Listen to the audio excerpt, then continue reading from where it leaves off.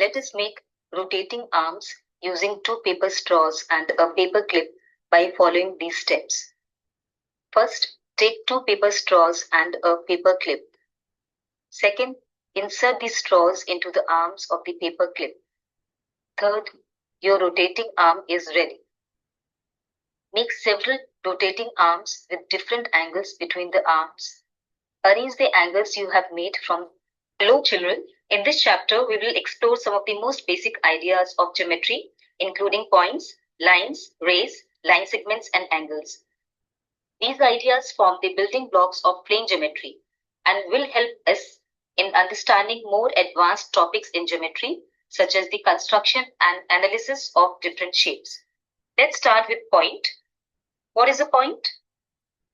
Mark a dot on the paper with a sharp tip of a pencil. The sharper this tip, the thinner will be the dot. This tiny dot will give you an idea of a point. A point determines a precise location, but it has no length, breadth, or height. Fold a piece of paper and unfold it. Do you see a crease? This gives the idea of a line segment. It has two endpoints A and B. Mark any 2 points A and B on the sheet of a paper. Try to connect A to B by various routes. What is the shortest route from A to B? The shortest path from A to B, as shown here, is called the line segment from A to B. It is denoted by either AB bar or BA bar. The points A and B are called the endpoints of the line segment A.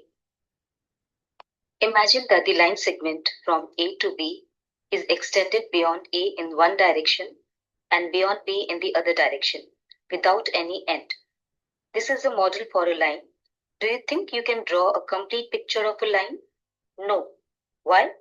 A line through two given points extends forever in both directions. Sometimes a line is denoted by a letter like small l or small m.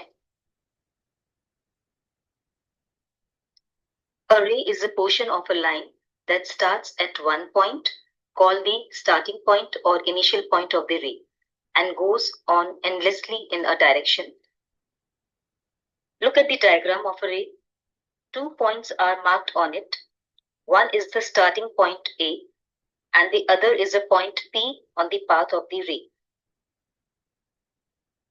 An angle is formed by two rays having a common starting point. Here is an angle formed by the rays BD and BE, where B is the common starting point. The point B is called the vertex of the angle, and the rays BD and BE are called the arms of the angle. How can we name this angle? We can simply use the vertex and say that it is the angle B. To be clearer, we use a point on each of the arms together with the vertex to name the angle. In this case, we name the angle as angle DBE or angle EBD.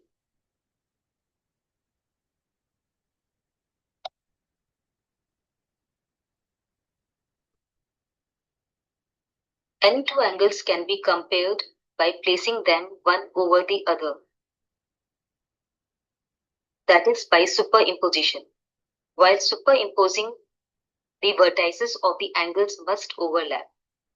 After superimposition, it becomes clear which angle is smaller and which is larger.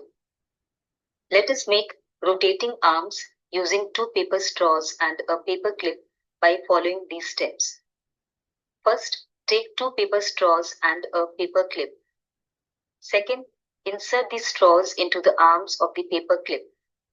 Third, your rotating arm is ready. Make several rotating arms with different angles between the arms.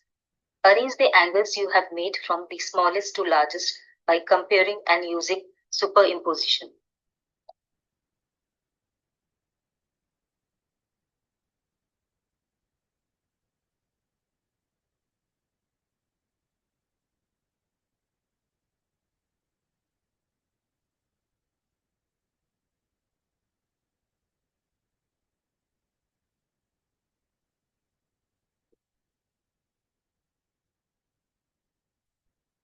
Let us go back to Vidya's notebook and observe her opening the cover of the book in different scenarios.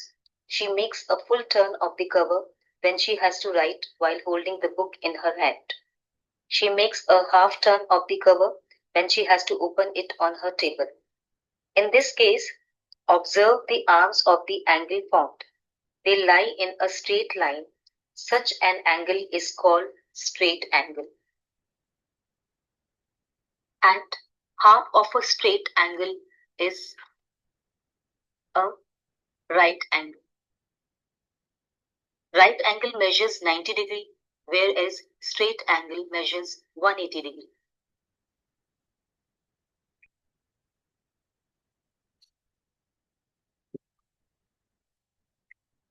We have seen how to compare two angles.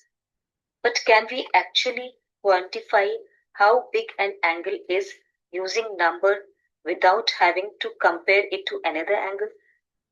We saw how various angles can be compared using a circle.